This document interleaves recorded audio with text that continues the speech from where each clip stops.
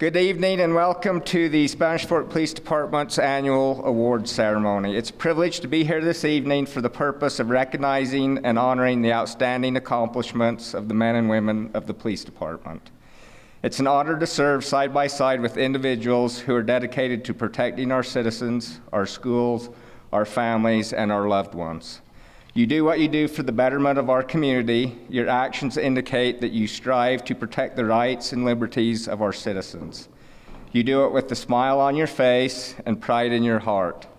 You do it professionally, and you do it better than any other agency. You strive for the perfection and accountability. You make sacrifices on a daily basis so that our citizens are safe and protected. You cannot do this alone and be successful. So with that being said, I want to thank your spouses, your significant others, your families, and your friends. Thank you for supporting your loved ones who serve in this profession. It's because of you that we are successful. Thank you to Mayor Mendenhall and the members of our council. Thank you to City Manager Seth Perrins and Assistant City Manager Tyler Jacobson. We know that we have your full support, and we appreciate the confidence that you show in our behalf. We appreciate your presence here this evening. To our honored guests that are present this evening, thank you. Each and every one of you have made contributions for the betterment of our community and our citizens. As we recognize you this evening, please know that we are indebted to you for your actions and efforts. I want to personally thank Jill Thorpe, Lieutenant Slaymaker, and those of you that have submitted nominations to honor the accomplishments of those that are present this evening. Thank you to Pete Hansen and Travis Bourne from SFCN for your presence as well. And once again, thank you and enjoy tonight's event. I will now turn the time over to our honor guard. Will the audience please rise?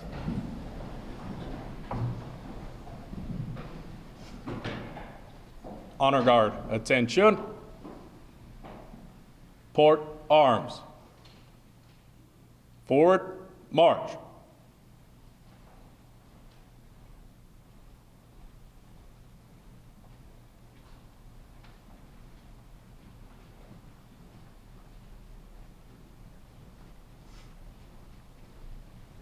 Mark time. Ready, halt. Ready, face. Present colors. Will the audience please repeat the Pledge of Allegiance with me? I pledge allegiance to the flag of the United States of America and to the republic for which it stands, one nation, under God, indivisible, with liberty and justice for all. Honor guard. Post colors.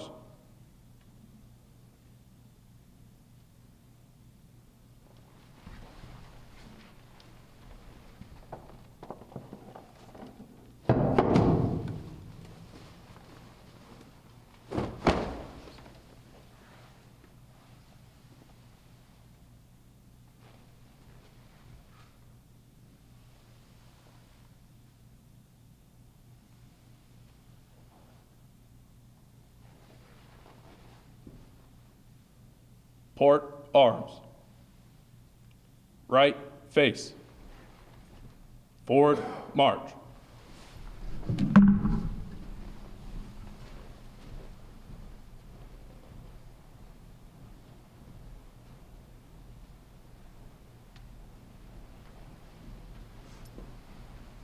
The audience may be seated. Our Heavenly Father, we're grateful for this opportunity that we have to gather together as friends and co-workers, and we're grateful for the opportunity we have to serve the citizens of Spanish Fork. We're grateful for the leadership that we have and for the opportunity to watch over each other and to help each other in this way. We ask the Heavenly Father that would be with the leadership of the Spanish Fork City and also the Spanish Fork Police Department and the officers, that we can serve with dignity and pride and to be able to serve the citizens of this city. And we pray that thou would be with us this evening and that we be safe, and ask a blessing on the food that we nourishing for our bodies. And we offer this prayer in the name of Jesus Christ. Amen. Thank you, Kurt, and thank you to our honor guard. We will now have a toast to our fallen comrades, and Lieutenant Slaymaker will perform that. You may have noticed a small table set for one that is off on its own. It is reserved to honor our fallen brothers and sisters in arms. This symbolizes that they are with us here in spirit. We should never forget the brave men and women who have answered our nation's call to serve and serve the cause of freedom in a special way. We're ever mindful that the sweetness and enduring peace has always been tainted by the bitterness of personal sacrifice. We're compelled to never forget that while we enjoy our daily pleasures, there are others who have endured the agonies of pain, deprivation, and death. I would like to explain the meaning of the items on the special table. The table is round to show our everlasting concern for our fallen brothers and sisters. The tablecloth is white, symbolizing the purity of their motives when answering the call of duty. The single rose displayed in a vase reminds us of the life of each of our fallen brothers and sisters and the loved ones and friends of these comrades who keep the faith. The vase is tied with a red ribbon, symbol of our continued determination to remember our fallen comrades. A slice of lemon on the bread plate is to remind us of the bitter fate of those who will never return. A pinch of salt symbolizes the tears endured by the families of those who have sacrificed all. The scriptures represent the strength gained through faith to sustain those lost from our country. The glass is inverted. They cannot toast with us at this time. The chair is empty because they are no longer with us. Let us remember and never forget their sacrifice. May they and their families ever be watched over and protected. Will each of you please join in a moment of silence for those who have passed before us.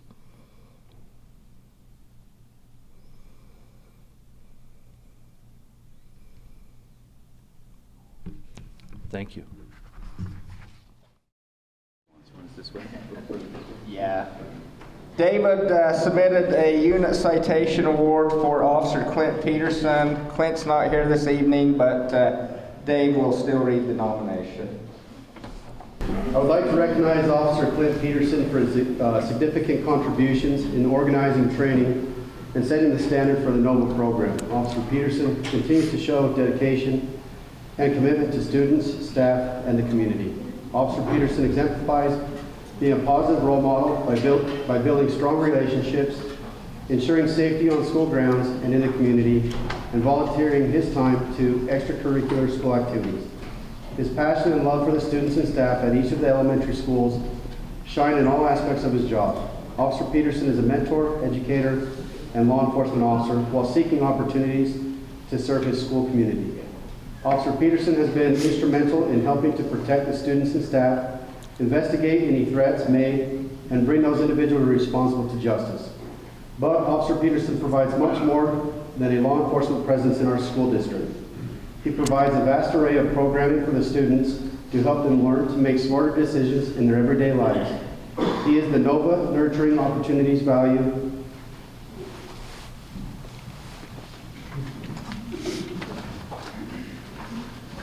Thank you, Chief.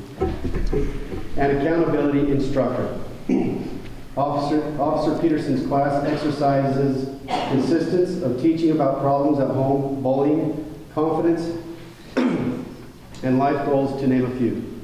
During the course of the year, Officer Peterson not only performs his teaching duties, but he has developed a positive relationship of trust with the teachers and school administration.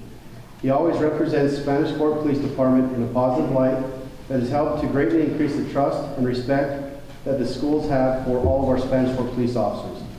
Officer Peterson always has a team first and how can I help you mentality. Officer Peterson should be recommended on his efforts in and out of the department. Below is a list of some of Officer Peterson's accomplishments from January 1st, 2020 to December 1st, 2020. He teaches at 10 plus elementary schools each year.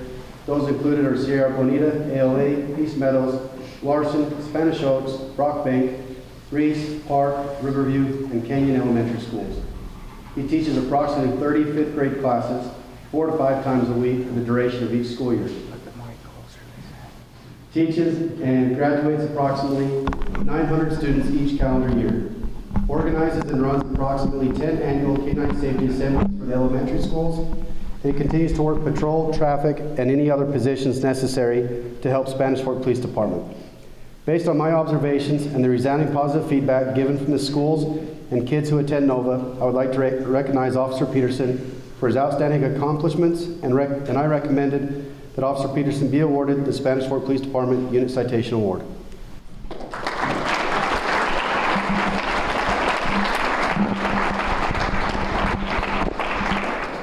Thank you, Dave. Sergeant Hooley submitted a unit citation award for Sergeant Philip Nilsson as well as Sergeant Cody Harris, if they could please come forward. So this is in relation to the Peggy Sue case, which I'm sure many of us in this room are aware of. During his time as a detective, Sergeant Cody Harris was assigned the case involving Peggy Sue. Peggy went missing and was last seen on July 9th, 1988, leaving a party with her boyfriend. Several days after this party, Peggy never showed up for work and was eventually reported as missing. For many years, the Spanish Fork Police Department investigated Peggy's disappearance and long suspected that Peggy's boyfriend at the time was somehow involved. Despite all efforts over the years, Peggy was simply never located, and a case against her boyfriend being involved had not been solidified. For 28 years, 10 months, and 13 days, Peggy remained missing. On May 22, 2017, under an old cellar where Peggy and her boyfriend at the time resided, the person who was living at the home made a discovery of human remains. The remains were recovered and were later identified to be that of Peggy Sue. Peggy's remains were studied and provided evidence that she was murdered. Peggy's case went from a missing person case to a murder case. It was at this time that Sergeant Harris was assigned to investigate further. Sergeant Harris, with the assistance of Sergeant Nilsson, began to study the investigation of Peggy's disappearance. They pieced together the newly recovered evidence that was discovered along with Peggy's remains with evidence found at the time of her disappearance. This included countless hours of reviewing old statements, tracking down and re-interviewing witnesses, and eventually tracking down Michael Kufrin, Peggy's boyfriend and long suspected person involved in her disappearance. Michael is located in Chicago. Sergeant Harris and Sergeant Nilsson flew out to Chicago to meet with Michael. They attempted to interview Michael, but he opted to have a lawyer and did not cooperate with the investigation. The two officers returned back to Utah, and Sergeant Harris continued to investigate the case, along with Sergeant Nilsson's assistance. Sergeant Harris and Sergeant Nilsson were able to work with the Utah County Attorney's Office to review the evidence in the case in its entirety. Due to the case these two officers were able to compile, it was determined that probable cause had been met to arrest Michael in the disappearance and newly determined murder of Peggy Sue. Michael was arrested in Chicago and brought back to Utah. Michael was booked into the Utah County Jail for murder of the first degree, where he remained incarcerated pending the outcome of his trial. Michael's trial commenced in the summer of 2021 and lasted nearly 1 month. Sergeant Harris was assigned to attend each day of the trial, where he proved to be a determining force that helped with the outcome of the trial. Michael was found guilty and convicted of murdering Peggy Sue. Sergeant Harris and Sergeant Nilsson put forth an enormous effort working with evidence technicians, laboratories, attorneys, witnesses, family members of Peggy, and other officers that have been involved in the case. It was due to their valiant efforts that the cold case of Peggy Sue could finally be resolved and Peggy's family could have the closure they long waited for. So I'd like to present them with the Unit Citation Award.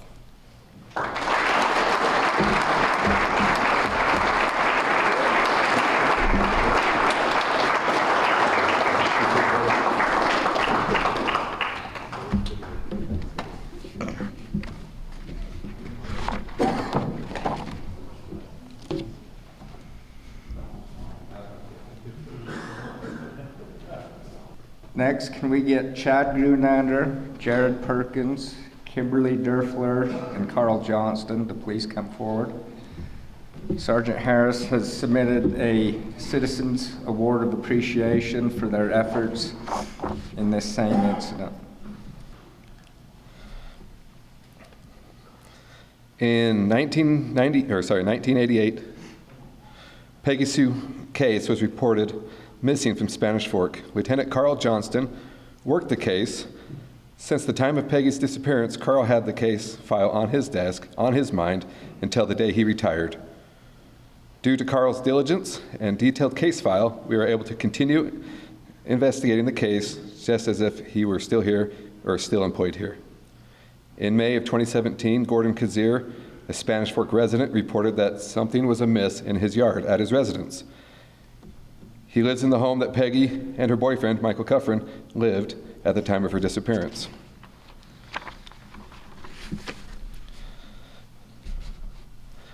Officers responded to his residence and searched a small root cellar on the property. They observed bones wrapped in blankets in the shed. They immediately called out the Spanish Fork detectives and the Utah County crime scene team for them to process the scene. Human remains were found in the shed.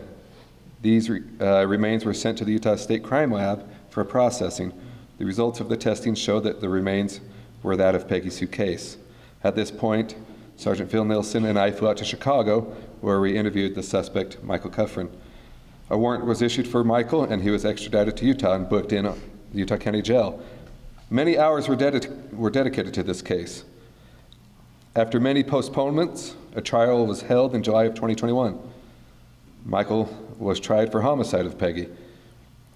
Our trial attorneys were Jared Perkins, Chad Grunander.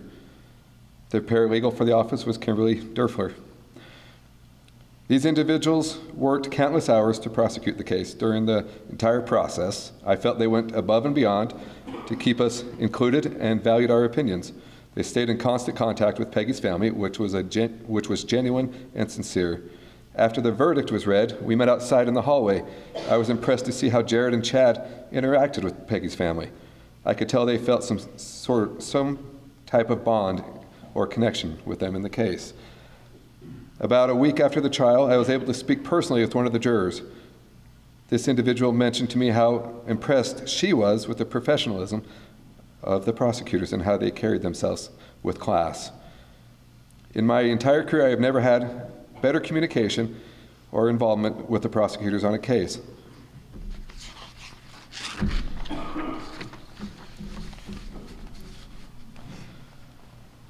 With a span of 30 years working this missing persons case, the details and investigating it was challenging. The obstacles such as DNA evidence, locating witnesses, getting people to court, COVID, etc., made prosecuting the case extremely difficult. Again, without Carl's detailed report and notes and passion for the case, we may not have been able to prosecute it as effectively. I would like to recognize Carl Johnston for his determination in laying the foundation for solving the Peggy Sue case. I'd like to recognize Jared Perkins, Chad Grunander, and Kimberly Durfler for their outstanding accomplishments in prosecuting the case and getting a guilty verdict.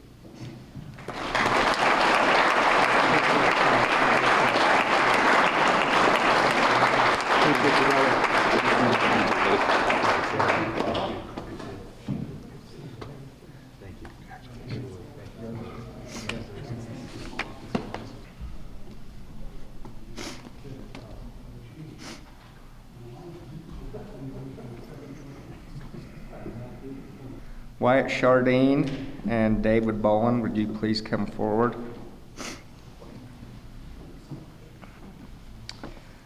Wyatt has been nominated for a Citizens Award of Appreciation, and David has been nominated for a Life Saving Award, and this involves the same incident. And the nomination was submitted by Lieutenant Harding. If he could please come forward.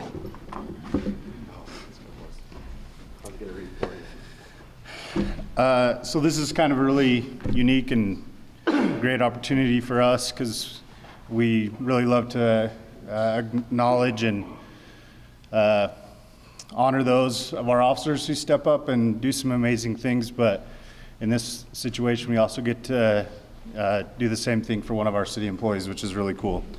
I'm just going to go ahead and read through this incident that occurred. On June 22nd, 2021, officers were dispatched to a report of a male individual that had collapsed in the roadway and was not conscious or breathing.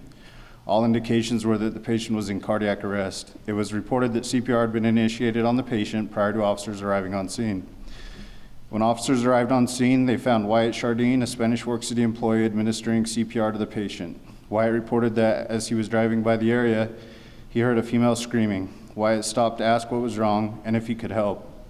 Wyatt recognized immediately that a medical incident was occurring. Wyatt observed a man lying on the ground in the middle of the roadway having an apparent heart attack.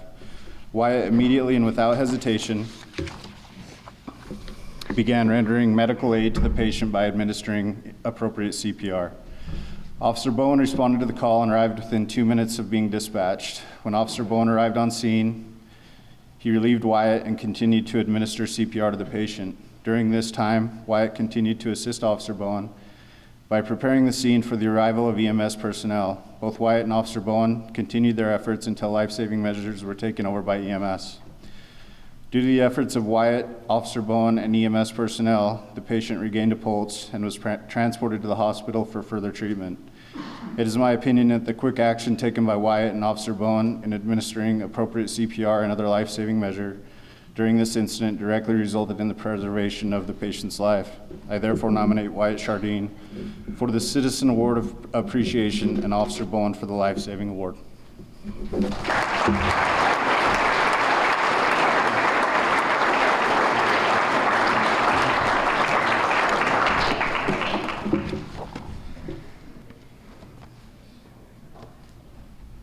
So if Sergeant Cody Harris, Officer Blake Otteson, Officer Mason Balmer, Officer Colin Carter, if you guys could come up.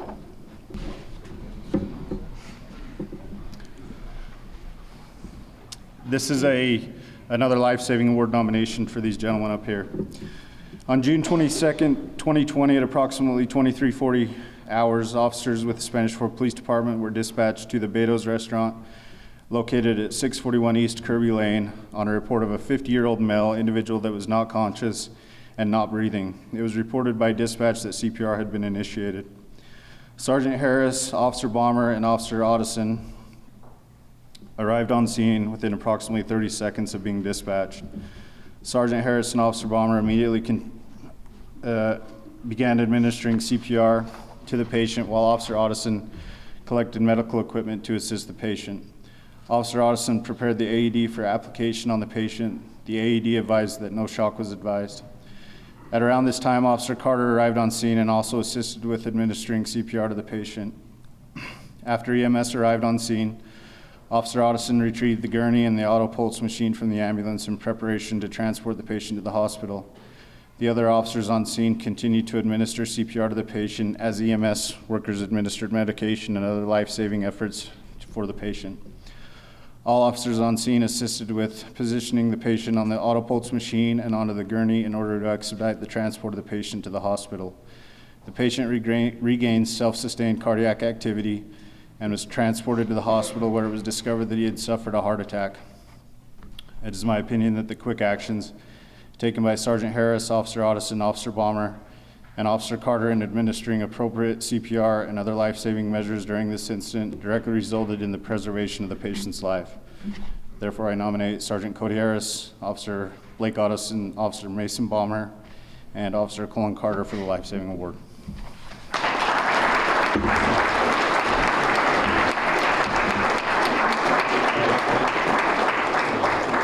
Good job.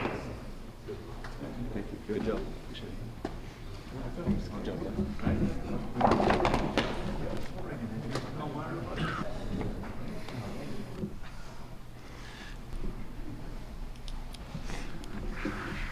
Okay, this is another life-saving award nomination for Officer Mason Balmer and Officer Colin Carter. On June 21st, 2020, officers with the Spanish Fork Police Department were dispatched to the residence located at 1342 West, 300 South in Spanish Fork on a report of a 35-year-old male that was reported to be unconscious and not breathing due to a possible drowning incident. It was later discovered that the male individual had been swimming in a pool in the backyard of the residence when he dove into the pool from a fence and likely struck his head on the bottom of the pool, rendering him unconscious in the pool. Officer Balmer arrived on scene within 3 minutes of the call being dispatched. Officer Balmer verified the patient was not breathing and that he did not have a pulse. Officer Balmer immediately began administering CPR to the patient shortly after the arrival of Officer Balmer. Officer Carter also arrived on scene. Officer Carter assisted with administering CPR to the patient while EMS also attended to the patient for approximately 15 minutes. During the course of administering CPR and other life-saving measures, the patient regained consciousness and established effective self-sustained breathing. The patient was transported to the hospital for additional care. It was later reported that the patient was conscious, breathing, and speaking to his family and friends at the hospital. It's my opinion the quick actions taken by Officer Balmer and Officer Carter in administering appropriate CPR and other life-saving measures during this incident directly resulted in the preservation of the patient's life. Therefore, I nominate Officer Balmer and Officer Carter for the life-saving award.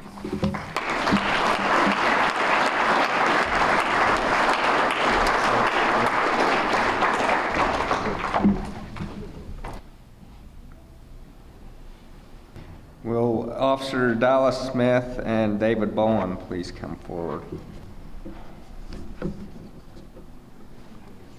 Okay, this is also for a life-saving award, and this one's kind of special to me. This happened to someone that I know really well and who's reached out to me and expressed their appreciation for not only the police officers, but fire and EMS and everyone that was responsible for helping this gentleman this day. So here we go. On December 21st, 2021, first responders were called to a residence for a medical emergency. It was reported that an adult male was in full arrest and was not breathing. The patient in this case is a beloved school principal and a former teacher for many years in a neighboring school district. The medical emergency for this patient and his family was completely unexpected and devastating in the moments that it unfolded. An EMS worker who lived nearby, as well as Detective Dallas Smith and Officer David Bowen, were the first responders to arrive on scene. The patient was located in the kitchen where he had collapsed and was no longer breathing, nor did he have a pulse. Detective Smith and Officer Bowen were able to move the patient to an area where he could be treated. The EMS worker, Detective Smith, and Officer Bowen cycled through several rounds of chest compressions and continued life-saving measures until the ambulance arrived on scene. For the first time, from the time that Detective Smith and Officer Bowen arrived on scene, CPR was started and never stopped. When ambulance personnel arrived, they provided additional equipment and medication to assist. They continually checked for the signs of life to which they could not find a pulse, nor did the patient begin to breathe on his own. The decision was made to shock the patient with the use of an AED. The patient was shocked twice, and chest compression machine was hooked onto the patient to continue the CPR efforts. After the second shock, ambulance personnel advised that the patient regained a slight pulse. The faint pulse provided hope to have the patient transported to the hospital to receive further treatment. I followed up with the hospital and the patient. I learned that the patient was treated in the ICU for several days following his arrival. Initially, it was unknown what type of recovery the patient would have, but in the end, he made a full recovery. I was advised that due to the swift actions of the first responders, the patient's life was saved. The patient and his family have expressed their deepest love and appreciation to these officers and the other first responders that came to the rescue that day, which was their worst day. Thanks.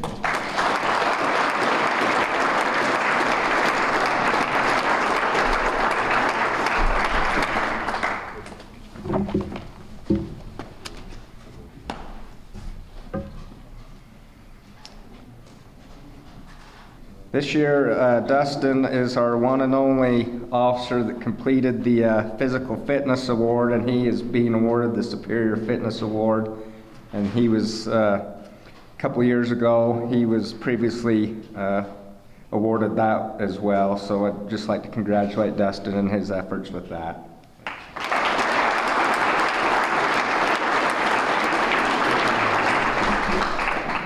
Officer Brett Smith.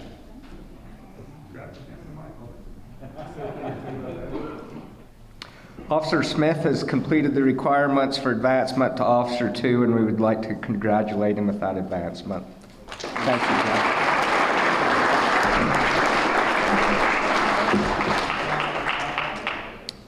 Master Officer Brannon Johnson, Cy Dennison, Dustin Anderson, David Bowen, Clint Peterson, Dallas Smith, Corey Grover, Zach Fossum, Corey Lewis, Colin Carter, and Zach Adams.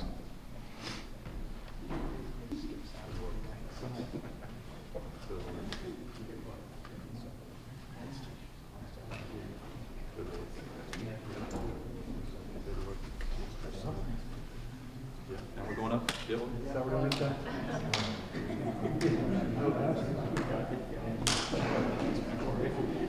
Good work.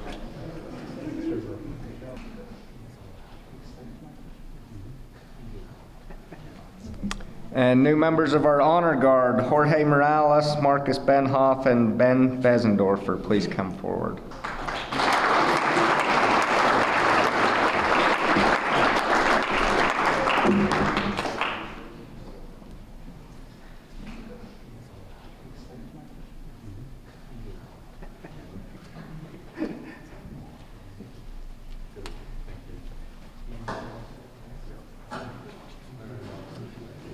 David Spencer. David is our new canine handler.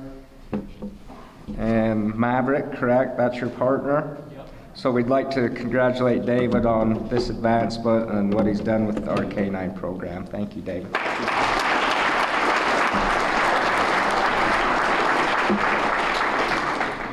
Brett Smith and Clint Peterson. Brett is our school resource officer assigned to Landmark High School as well as the elementary schools, so we'd like to congratulate him with that, and the job he's doing is just excellent. We appreciate you, Brett. Thank you.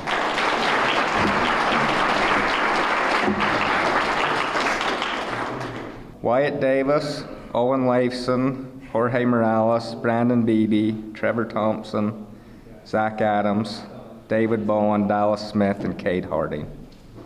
These officers have been awarded our instructor pin through different areas within the department that they instruct in, and we appreciate them for their efforts in that.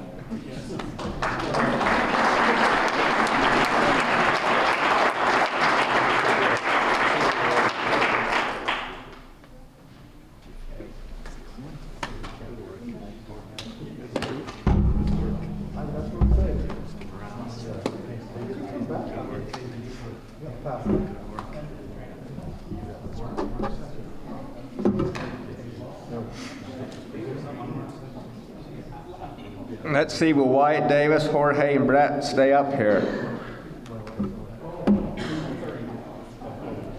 These officers have been awarded our field training officer pin, and we want to thank them for that.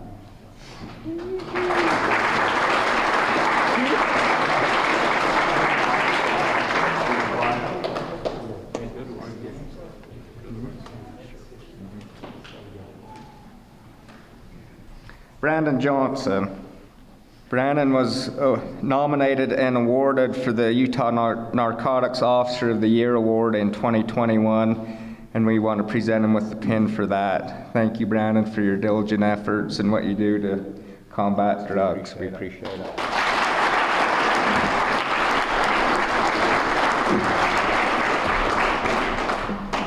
So this year, we've started awarding officers with years of service pins. This year we have 5 years of service: Chris Olson, Owen Leifson, Benjamin Besendorfer, and Wyatt Davis. If you guys could please come forward and receive your pins.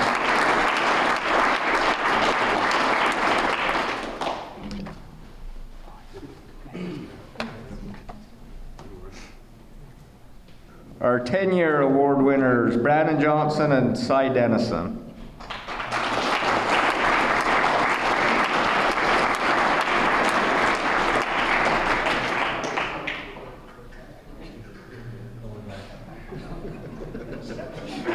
You've only got 15 years left, Cy. Thanks, Brandon. Dustin Anderson and Blake Otteson, 15 years of service. Thank you. I really only have 5 years, so. What is it, 4 years, 301 days, or what is that? Pretty close. Okay. And 20 years of service, Kurt Ballantyne and Brian DeWitt.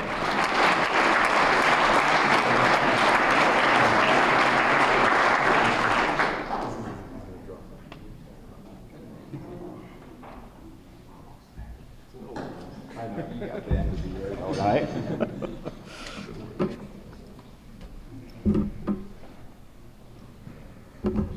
So before I turn the time over to Mayor Mendenhall, I just want to thank everyone for what you do, for how you make our community a better place.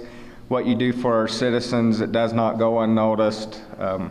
Every day I have someone tell me how grateful they are for our police department and our first responders and what you do, and the quality life that you make here in Spanish Fork for our citizens, that they're safe at night, they're safe during the day, their kids are safe at school, and they have a big regard for what we do, and they're very appreciative. So give yourself a round of applause, please.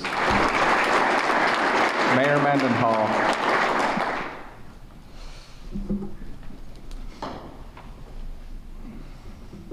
Nobody left me any notes here of what to say, Chief. Good heavens.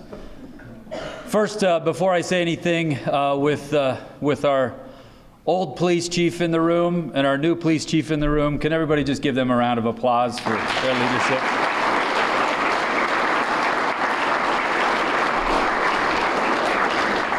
We, Seth and I were in some meetings late last year, and there was a saying that I've never forgot since it was said, but it was about leadership and leaders. And it was Governor Noem of South Dakota said that her dad always taught her that leaders that don't have followers are just a man out for a walk. And I believe that in the leadership that you have in this department. Your leaders at every single level just impress myself and the council the more and more we get to interact with them and get to know about them. And so I truly look up to them for their leadership qualities and capability of making sure they're not just telling you what to do, they're showing people what to do. And so the health of our department is truly in good hands. If none of you ever heard this story, I'll tell it really quick because you've probably heard it maybe before, but I married the daughter of a police officer. So about 20 years ago now, I went to that police officer and asked him to go to lunch. He happened to be the police chief for Provo City at the time. Took me about a week and a half to even get up the courage of doing that. But I scheduled a lunch, went over to Provo with him. I show up, he says, hey, meet me at the department. So I show up, and there he is. I swear it was in a uniform like what you're wearing here, but it was in a full police uniform, and I'd been around my wife Amber for a few months, more than that, years, maybe a year, yeah, a little while. Long story short, time flies. Long story short, I'd never seen the man in his police uniform. He was in his police uniform that day. I'd never seen him carry his gun. He was carrying a gun that day when I took him to lunch. I must have said all the right things over, a nervous hour that I had with him, and he gave me permission to be able to ask his daughter to marry me, which I'm grateful for 20 years later. But I tell you that story only for the admonition of sometime you guys will have a nervous 22-year-old son, or excuse me, somebody come to take you out to lunch too. Leave your gun off. At least leave your gun at home. Give them a little bit of a chance. I'll tell you, this being involved in city leadership for 8 years has been so rewarding to get to know a lot of you. I'm glad to see Carl and Wendy here. A quick story about 8-9 years ago now when I was first decided to run for city council, and Carl was on the Parks and Rec department with Amber and I, or excuse me, the Fiesta Days committee with Amber and I. And he was telling us we'd come up with these dumb ideas about, well, you ought to do this. Well, you can't because we still got to get traffic this way and we got to do this and everything else. And so it was great to have on that committee. And the day I walk in to file to run for city council, Carl is walking out. Might have been vice versa. Maybe I was walking out, he was walking in. And I said, well, Carl, I'm not doing this. If you're doing this, I know you know more, you've forgot more than I'll ever know about the city. So I'm not doing this. And Carl looked me straight in the eye, I'll never forget. And he shook my hand when he said it. And he said, you won't. You will file, and you will run. And you will run for city council. And I don't know really if I would have done it, if Carl wouldn't have encouraged me at that kind of moment in time, because it was certainly a nervous thing I had all the excuses in the world, right? Which we all do. When it's something important to do, you have all the excuses in the world of why you don't have time or why you shouldn't. But Carl, I look back on that day and appreciate your guidance, your leadership, and your friendship to encourage me to do that, because it's changed my life and it's changed my family's life for the better. So I appreciate that. I could go on for a few hours, I won't, but Chief's like, he can. Yeah, he's been to city council meetings before and seen that. But I can't, without a couple of maybe Councilman Gordon stories. First of all, is 2319 even a code? Is that a real thing? No. Well, that's what he always says. Every time there's ever anything that happens in Spanish Fork. It's from Monsters, Inc. Oh, Monsters, Inc. That's where he got it from. So one of your council members resorts to Monsters, Inc. for public safety, but everything's a 2319 with Councilman Gordon. I'm sure he thought 6J was something on the menu at Wendy's or something too. I don't know, but he's learning. No, just the grace that you've all shown us as elected leaders. It's not our full-time job. It's not supposed to be. It's not designed to be. We could go through city after city that we've learned from, that we've heard of, where elected officials get in the way of people's full-time jobs, their careers, and what you do professionally. The reason why we're so grateful to sleep at night and not worry about what is done here is because you guys are professionals. You're professionals in your career. I will tell you, just a couple of years ago, I couldn't believe it. It was just an odd time, but we got here done golfing, a few of us, and there was obviously an inebriated golfer that just got done, and he was pretty out of control. It was probably more than drunk. He was on maybe some other stuff too. I'm sure whatever his score was, it still beat Brannon Gordon by a lot, even in that state. But when the call came for someone to come up here and take care of him, I'll tell you, Officer Warner came up here. And there was a lot of, I look back at it, there was a lot of men standing around here, and no one had really done anything except, watch this guy flail around and bust up some cars and do some things.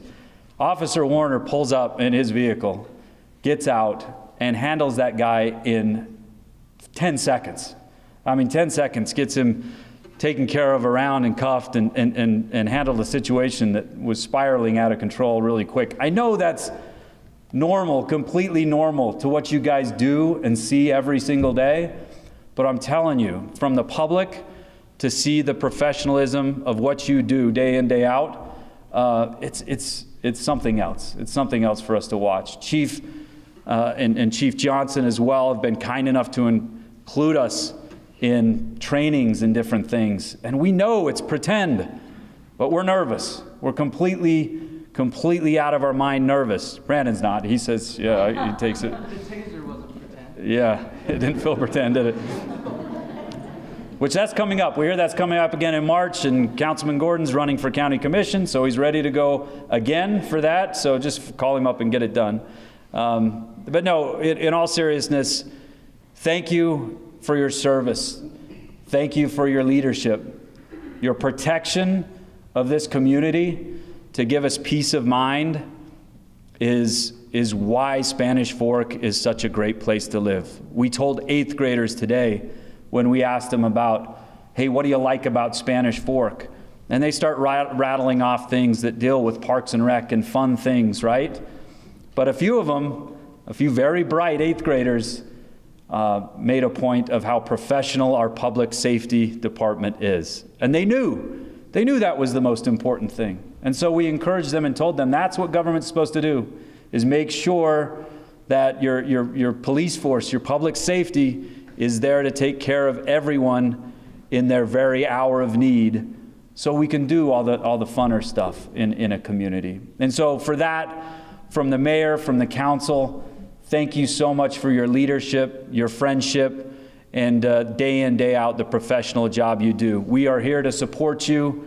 Please reach out and let us know if there's anything we can ever do. I'll leave you with this last one. I asked one of the officers here a while ago, because I know you deal with tough things, and I says, what's one of your toughest things you've ever dealt with? And it could have went into a lot of things. There's years that this officer served and seen and been a part of a lot of tough things. And so I thought one of those things were going to come up. And this officer said to me that one of the toughest things that he went through was personal stuff, was his personal life not being the best, and relationships struggling. He quickly turned that into, it's also the best part of this job for him, in that the camaraderie, the brotherhood, and the sisterhood that exists in this department, and being able to help others say, hey, at some point where I couldn't see a light at the end of the tunnel, I learned there is a light at the end of the tunnel, and now I help my fellow brothers and sisters know that there is a light at the end of the tunnel, that whatever's going on, the tough day-to-day work that we do, and sometimes the tough personal struggles we have too, that there is light at the end of the tunnel. And I was super impressed that was the discussion of the toughest, but also the brightest spot. And so thank you for having that kind of brotherhood and sisterhood, that you can trust each other, that you can lift each other up. When you need it, the mayor and the council are here to be a part of that with you. We'll help lift you up, stand in front of you when we need, and stand behind you when you need us to as well. So thank you again from the mayor and council. Thank you to the leadership of the department as well. And thanks for this great night. It's such a fun part to be a part of it.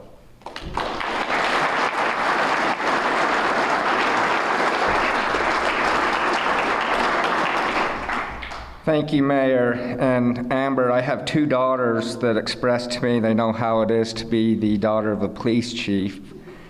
But they said the worst thing is our mother's a district court judge too, and no one will talk to us. So they might be with us for a long time. But once again, thank you. Thank you for what you do. Thank you for your presence here this evening. And have a safe evening and drive home safe. Thank you.